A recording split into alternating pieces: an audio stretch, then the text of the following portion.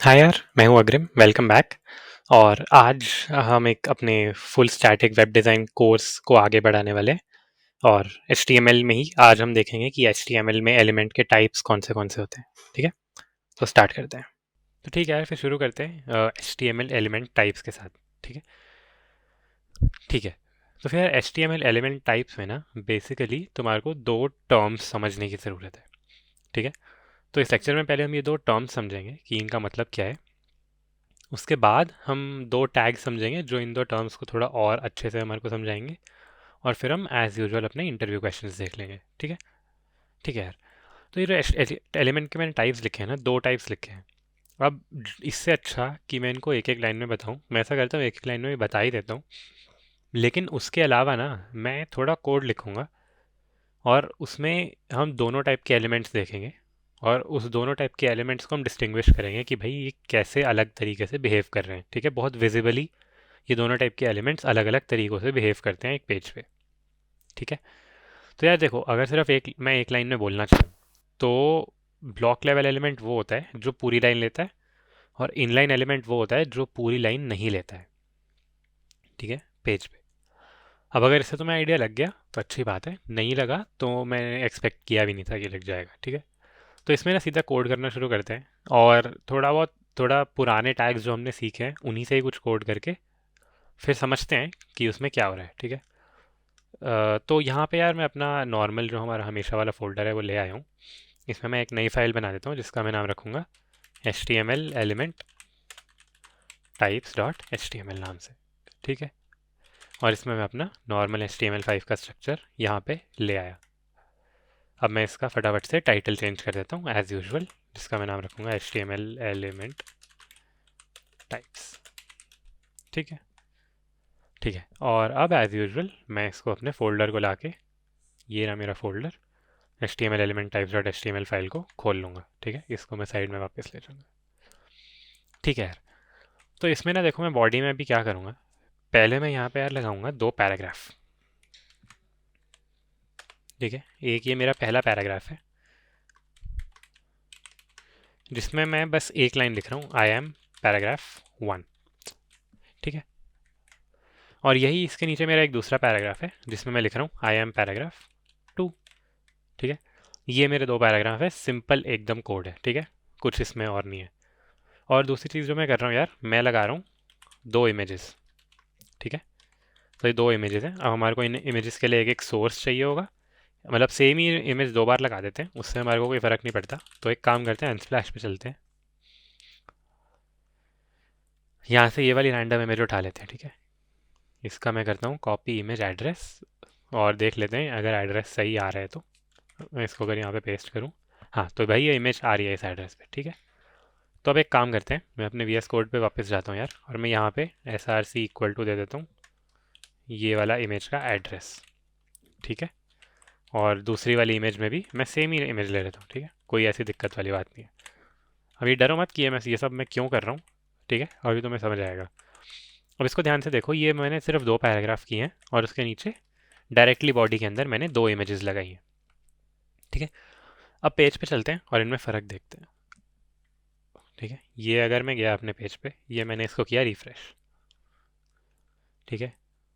यार अभी इसमें एक और चीज़ करते हैं कि ना इसको हाइट विड्थ दे देते हैं।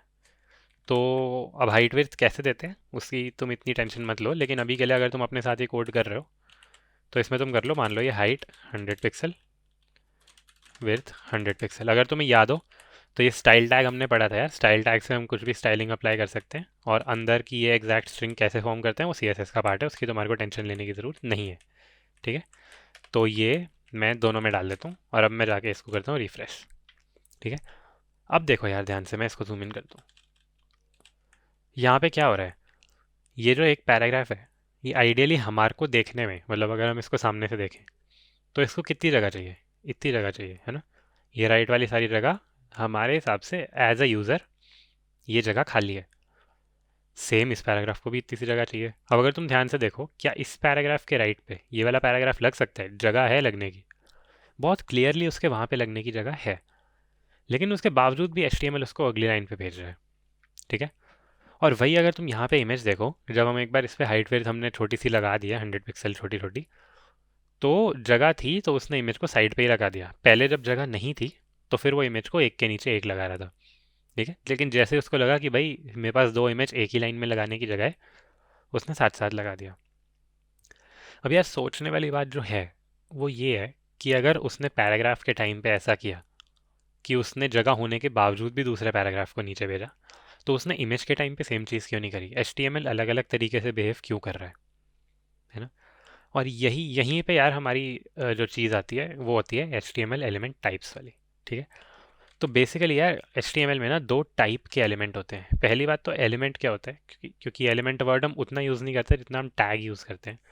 तो यार एलिमेंट सिंपली ना ये होता था कि जैसे अगर मेरा ये सिंगल, ये पी एक टैग है, ये हमने पढ़ा हुआ है, मैं बस रिवाइज करा रहा हूँ कि अगर ये सिंगल पी मेरा एक टैग है, ये मेरा एक टैग है, तो पूरा ओपनिंग टैग, क्लोजिंग टैग और कंटेंट को मिला के हम एलिमेंट बोलते थे, ठीक है। तो बेसिकली ये जो मेरा पैराग्राफ है ना, ये पूरा एक, ये वाला पार्ट एक एलिमेंट है, ये एक एलिमेंट है, ये इमेज एक एलिमेंट है, और हाँ ये इमेज एक एलिमेंट है, और ये इमेज एक एलिमेंट है, ठीक है। तो अब HTML में जो एलिमेंट्स होते हैं ना वो दो तरीके के होते हैं। एक तो होता है यार ब्लॉक लेवल एलिमेंट, और एक होता है इनलाइन एलिमेंट, ठीक है। इनका मतलब लिखते हैं और फिर देखते हैं हमारे पेज में कौन सा है, ठीक है। नोट है ये मेरा, तो इसमें मैं लिख लेता हूँ HTML एलिमेंट टाइप्स, ये हो गई हमारी हेडिंग, ठीक है। और इसमें पहला टाइप है हमारा क्या है भाई, ब्लॉक लेवल एलिमेंट, ठीक है जी। इसको मैं करता हूँ बोल्ड से कम और थोड़ा टेक्स्ट छोटा। ब्लॉक लेवल एलिमेंट वो होते हैं यार, these are the elements which take up the whole line of the page even if they do not need it, ठीक है।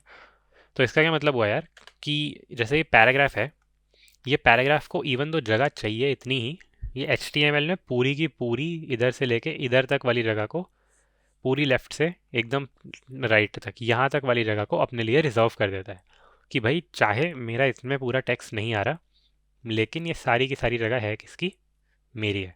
इधर और कोई नहीं आएगा जब तक मैं स्पेसिफिकली उसके लिए स्टाइल्स नहीं डाल देता, जो कि हमने नहीं डाले। तो फिर बेसिकली इसके राइट पे कुछ आ ही नहीं सकता अगर वो इस पैराग्राफ टैग के बाहर है ना। तो इसका क्या मतलब हुआ कि पैराग्राफ टैग एक ब्लॉक लेवल एलिमेंट है, क्योंकि उसके सेम लाइन पे और कुछ नहीं आता। तो बेसिकली अगर हमने दो ब्लॉक लेवल एलिमेंट लगा रखे हैं तो वो एक दूसरे के नीचे ही आएंगे। चाहे मैं इसके नीचे मान लो दो और पैराग्राफ लगाता हूँ जिसमें मैं इतना टेक्स्ट भी नहीं लिखूंगा, ठीक है, मैं सिर्फ इतना लिखूंगा, एक सेकेंड, मैं सिर्फ लिखूंगा भाई, इसमें मैं लिखूंगा हेलो, और इसमें मैं लिखूंगा हाय, ठीक है। अब चाहे मैं सिर्फ एक एक वर्ड लिख रहा हूँ, ये अलग अलग लाइन पे ही रहे हैं। तो वो इसलिए यार क्योंकि जो पैराग्राफ है ना, पैराग्राफ टैग, ये जो टैग है पूरा, चाहे तुम जहाँ मर्जी पैराग्राफ लिखो, पैराग्राफ एक ब्लॉक लेवल एलिमेंट होता है। तो फिर जब हम पैराग्राफ टैग यूज़ कर रहे हैं वो पूरी लेफ्ट से राइट तक लाइन अपने लिए रिजर्व कर रहा है, ठीक है।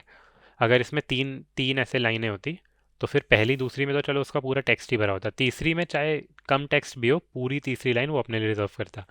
तो ब्लॉक लेवल एलिमेंट हमेशा एक के नीचे एक के नीचे एक के नीचे एक आएगा, ठीक है। तो जो कि यहाँ पे हमने चार पैराग्राफ लगाए हैं वो एक के नीचे एक के नीचे एक के नीचे एक आ रहे हैं, ठीक है। ये हो गया यार हमारा ब्लॉक लेवल एलिमेंट। और दूसरा इनलाइन, ऑफ कोर्स तुमने इसका उल्टा गेस कर ही लिया होगा, पर तब भी उसको समझ लेते हैं। इनलाइन एलिमेंट क्या होता है यार, these are the elements which take up only the required amount of space in their line। और स्पेस को यार थोड़ा स्पेसिफाई कर देते हैं, हम कौन सी स्पेस की बात कर रहे हैं, हम हॉरिजॉन्टल स्पेस की बात कर रहे हैं, मतलब लेफ्ट टू राइट वाली स्पेस की। इसका एक सीधा सीधा एग्जांपल क्या हुआ, इसका एक सीधा सीधा एग्जांपल हुआ यार ये इमेज। अगर इस इमेज को इतनी जगह चाहिए तो ये सिर्फ इतनी जगह लेगी, ये HTML को ये नहीं बोलेगी कि भाई यहाँ लेफ्ट से लेके पूरा राइट तक तुम मेरे लिए बचा लो, नहीं, इमेज को कोई फ़र्क नहीं पड़ता। वो कह रही है भाई अगर मेरे को 100 पिक्सल चाहिए तो मैं 100 ही पिक्सल लूँगी, उसके राइट पे चाहे तुम कुछ और रखो, मेरे को कोई फ़र्क नहीं पड़ता, ठीक है। तो इसलिए यार यही इनलाइन एलिमेंट्स होते हैं, और इमेज एक इनलाइन एलिमेंट है। जैसे पैराग्राफ एक ब्लॉक लेवल एलिमेंट है, इमेज एक इनलाइन एलिमेंट है। और कोई भी अगर एलिमेंट होगा ना, वो या तो इनलाइन होगा या ब्लॉक लेवल होगा। कोई भी एलिमेंट दोनों नहीं होगा, और कोई भी एलिमेंट ऐसा नहीं हो सकता कि इन दोनों के अलावा कुछ और हो। ठीक है, कोई तीसरा टाइप एग्जिस्ट नहीं है। तो मतलब हाँ, ये है कि ब्लॉक लेवल और इनलाइन एलिमेंट्स हो गए। तो इसमें एग्जांपल भी लिख लेते हैं कि भाई पैराग्राफ,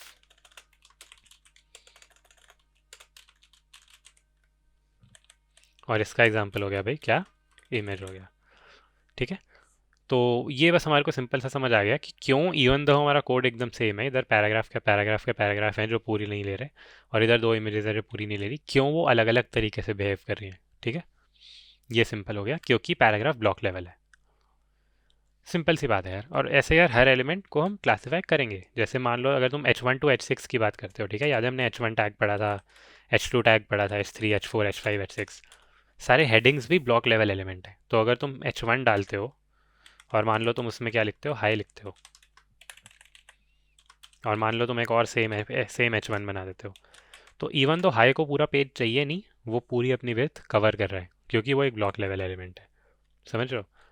तो ये यार ब्लॉक लेवल और इनलाइन एलिमेंट का कॉन्सेप्ट हो गया। ठीक है, अब थोड़ा सा इसमें आगे आते हैं, क्योंकि अगर हम ब्लॉक लेवल और इनलाइन की बात कर रहे हैं ना, तो हमारे को दो और टैग्स की बात भी करनी चाहिए कि वो क्या होते हैं, जो कि है यार डिव टैग और स्पैन टैग। ठीक है, पहले डिव की बात करते हैं। डिव क्या होता है यार? डिव देखो बेसिकली ये होता है, उसके लिए ना मैं एक एग्जांपल लेता हूँ। एक तो ये दो पैराग्राफ ही रहने देते हैं, चार पैराग्राफ की हमारे को ज़रूरत है नहीं, कॉन्सेप्ट दो से ही समझ आ जाएगा। ठीक है, तो ये दो पैराग्राफ दो इमेज के नीचे, अब मैं एक काम करता हूँ यार, यहाँ पे मैं लगाता हूँ एक पैराग्राफ। ठीक है, जिसमें मैं लिखता हूँ कि भाई इसमें मैं फिर से अपने फ्रूट्स के नाम पे आता हूँ, हम तीन फ्रूट्स के नाम पे चल रहे हैं बड़ा कोर्स में, उन्हीं पे ही वापस आते हैं। मैं लिखता हूँ भाई एप्पल, बनाना, और ये हो गए मेरे ग्रेप्स, हो गए। ठीक है जी, और इसके बाद यार मैं आता हूँ और मैं लिखता हूँ कि भाई ये मेरा एक पैराग्राफ है, और इसमें मैं आ रहा हूँ, मैं कह रहा हूँ कि यार यहाँ पे मैं अपने कार के ब्रांड के नेम्स लिख रहा हूँ। ठीक है, एक तो टाटा हो गया, और मान लो मैंने महिंद्रा लिख दिया, और मान लो मैंने जीप लिख दिया। ठीक है, ये मेरे तीन ब्रांड हो गए। अब इधर मैं पेज पे आऊँ, रिफ्रेश करूँ, ये हम जो इससे एक्सपेक्ट कर रहे हैं वही करेगा। मेरे पैराग्राफ के तीन ये आ गए, तीन पैराग्राफ ये आ गए, कोई दिक्कत नहीं है।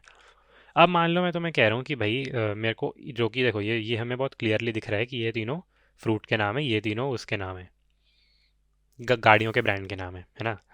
तो अब मेरे को इन तीनों को मान लो किसी स्पेसिफिक तरीके से ट्रीट करना है। मान लो मेरे को इन तीनों का सेम बैकग्राउंड करना है, या फिर मेरे को इन तीनों को किसी स्पेसिफिक तरीके से ट्रीट करना है। मेरे को या मान लो इनका मेरे को कुछ सेम टेक्स्ट कलर करना है ना? तो यार एक तो मैं क्या कर सकता हूँ, मैं एक तो इनको क्लास दे सकता हूँ और सेम तरीके से क्लास से यूज़ कर सकता हूँ, अगर तुम्हारे को क्लास एट्रीब्यूट याद हो। पर उससे भी अच्छा, अगर मेरे को सबका सेम ही बैकग्राउंड करना है, तो क्यों ना मैं ऐसा कर दूं कि इन तीनों के पीछे एक और डब्बा है जो, जिसका वो बैकग्राउंड है ना? मतलब बेसिकली अगर मैं इनको किसी तरीके से ग्रुप करके देख पाऊँ, तो बहुत अच्छी बात हो जाएगी ना यार। वो होता है डिव। अभी एक सेकंड तुम्हारे को समझ आएगा। तो यार डिव जो होता है ना, डिव बेसिकली स्टैंड किस लिए करता है? डिवीजन के लिए करता है। तो अगर मैं इसको डिव टैग बनाऊंगा, और मैं डिव टैग के अंदर इन तीनों को डाल दूंगा, तो अब अगर मैं वापस जाके रिफ्रेश करता हूँ, देखो तुम्हारे को यहाँ पे कोई फ़र्क दिखेगा नहीं। ठीक है, ये एप्पल बनाना ग्रेप्स पहले भी ऐसा ही दिख रहा था, अभी भी ऐसा ही दिख रहा है। लेकिन अब ना, ये बेसिकली एक डिवीजन के अंदर है, और इस डिवीजन को अगर हम चाहें तो हम बहुत अलग अलग तरीके से ट्रीट कर सकते हैं। अब वो एग्जैक्टली कैसे कर सकते हैं वो तो चलो CSS का पार्ट है, उसकी हम इतनी टेंशन अभी नहीं लेते। लेकिन उसकी बात ये है कि अब ये एक अलग काइंड ऑफ हमारे पेज की एक अलग डिवीजन है। इवन तो यहाँ पे पेज पे देख के इसका कुछ पता नहीं चल रहा, हम इसको अलग तरीके से स्टाइल कर सकते हैं। ठीक है, एक बार मैं कर देता हूँ, डरना मत। मान लो इसमें बैकग्राउंड कलर देता हूँ, पिंक दे देता हूँ, और मैं रिफ्रेश करता हूँ। देखो पूरी डिव के अंदर जो भी एलिमेंट्स हैं सबका बैकग्राउंड क्या हो गया? पिंक हो गया। मतलब उनका अपना पिंक नहीं है, लेकिन जो कि वो इस डिव के अंदर है और डिव का कलर पिंक है, इन सब के पीछे हमारे को पिंक दिख रहा है। ठीक है, ऐसे यार हम और भी बहुत कुछ कर सकते हैं। तो बेसिकली ये हमारे लिए एज अ डेवलपर क्योंकि अगर मैं स्टाइलिंग हटा दूँ हमारे को यहाँ पे कुछ फ़र्क नहीं दिख रहा। तो एज ए डेवलपर मेरे पास एक तरीका है कि कैसे मैं अपने मल्टीपल टैग्स को एक टैग के अंदर ग्रुप कर सकता हूँ, और फिर मैं उसको जो भी मेरा मतलब जैसे भी मैं उसको यूज़ करना चाहूँ, जैसा भी उसका बिहेवियर बनाना चाहूँ, मैं उसका एक वैसा बिहेवियर बना सकता हूँ। ठीक है। तो ये डिवीजन सिंपली यही है कि हम अपने पेज को डिवाइड कर रहे हैं अलग अलग सेक्शंस में। और इवन इफ कहीं पे तुम ऐसे नहीं भी यूज़ कर रहे ना, मान लो जैसे तुम्हें कोई स्पेसिफिक स्टाइलिंग नहीं देनी, तो एक जो अच्छी चीज़ मानी जाती है वो ये मानी जाती है कि तुम रिलेटेड एलिमेंट्स को एक डिव में रैप कर ही दो। क्योंकि भाई मतलब अच्छा है, मतलब तुम्हारा पेज थोड़ा स्ट्रक्चर्ड रहेगा। अब अगर देखो, अगर मैं हर हर एक रिलेटेड पार्ट को एक डिव के अंदर डाल दूँ, अगर मैं इसको भी डिव के अंदर डाल दूँ, है ना, और मान लो मैं इसको बंद कर दूँ और एक मैं बना लेता हूँ इसके लिए, एक सेकेंड, हाँ, एक मैं बना लेता हूँ भाई इसके लिए, ये दोनों इमेजेस मेरी एक डिव में गई, ठीक है, ये दोनों पैराग्राफ मेरे एक डिव में गए, और एक और डिव मैंने बनाई और उसके अंदर मैंने क्या अपने ये तीनों पैराग्राफ डाल दिए। ठीक है। मैं पेज पे वापस गया, मेरे को कोई फ़र्क नहीं दिख रहा, लेकिन अब मेरा कोड इतना स्ट्रक्चर्ड है। क्यों भाई? क्योंकि मेरी हर एक टाइप की चीज़ यार एक डिव के अंदर है। अगर मेरे को बात करनी है कि भाई मेरे को उन दो पैराग्राफ्स की बात करनी है जिससे मैंने ब्लॉक लेवल एलिमेंट समझे थे, मेरे को पता है मैं सिर्फ इस डिव की बात कर रहा हूँ, है ना, इतना इतना कन्वीनियंट हो गया। अगर मैं बात कर रहा हूँ कि वो दो इमेजेस जिनसे मैंने इनलाइन एलिमेंट समझे थे, मेरे को पता है मैं इस डिव की बात कर रहा हूँ। तो हमने पेज को यार डिविजन में बांट दिया, और उससे हमारा एज सच अभी दिखने में कोई फ़र्क कब आता है वो मैं भी दिखाऊंगा, लेकिन अभी हमारा एज सच दिखने में कोई फ़र्क नहीं आया। ठीक है। तो डिव बस सिंपली पेज को डिविजन्स में डिवाइड कर रहे हैं, और कोई बात नहीं है। ठीक है। अब यार डिव ब्लॉक लेवल एलिमेंट और इनलाइन एलिमेंट के बाद क्यों देखा है हमने, ये मैं तुम्हारे को थोड़ा सा क्लियर करता हूँ। क्योंकि यार तुम अगर यहाँ पे देखो, मान लो ये मेरी दो इमेजेस, मैं इनको फिर से लेता हूँ यार, इनको मैं कॉपी करता हूँ और इनको मैं डालता हूँ यहाँ पे। ठीक है। ये मेरी दो इमेजेस मैंने फिर से नीचे लगाई हैं, जो तुम देख सकते हो नीचे आ रही हैं। ठीक है। पहली बात तो तुम इसमें एक डिफरेंस नोटिस कर रहे होगे कि ये दोनों इमेजेस इसके नीचे आ रही हैं। उसके लिए एक काम करते हैं, पहले एक बार हम ये डिव हटा देते हैं। देखो ये चारों साइड बाय साइड आ रही हैं, ठीक है, क्योंकि चार इमेजेस हैं, इमेज इनलाइन एलिमेंट है, तो ये साइड बाय साइड आ रही है। अब मान लो ये जो मेरी डिव, ये वाली जो मेरी दोनों इमेजेस हैं, इनको मैंने डाल दिया भाई एक डिव में।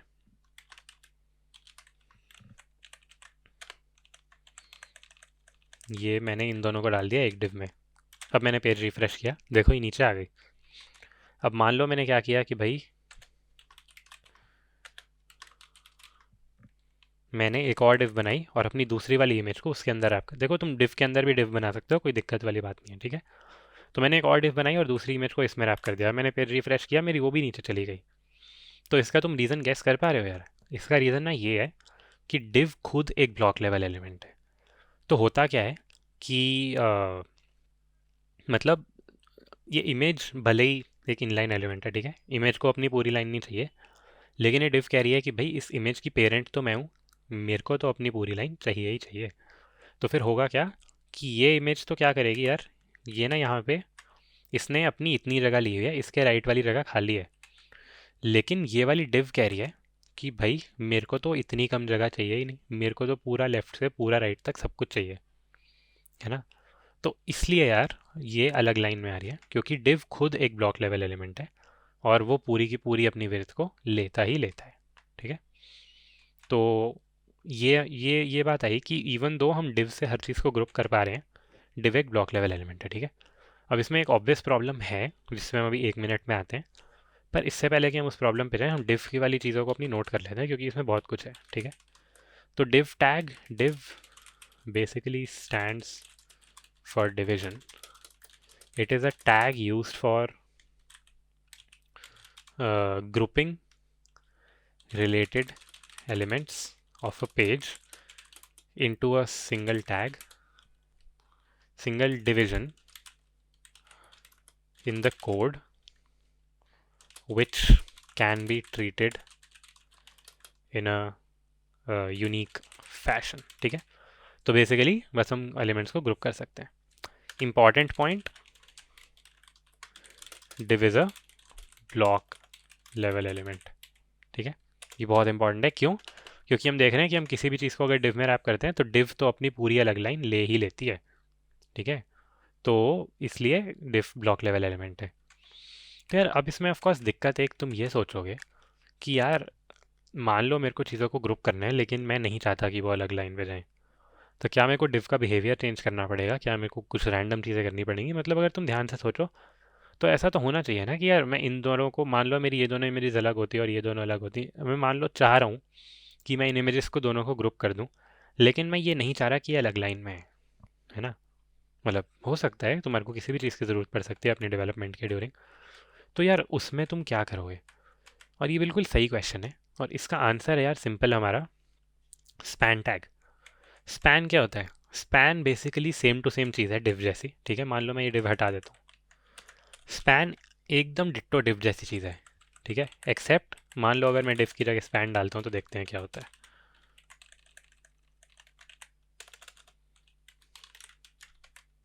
और ये मैं गया अपने पेज पे, ये मैंने किया उसको रिफ्रेश, चारों सेम लाइन पे आ रहे हैं। लेकिन तुम ध्यान से देखो, ये दोनों स्पैन के बाहर है, ये स्पैन के अंदर है।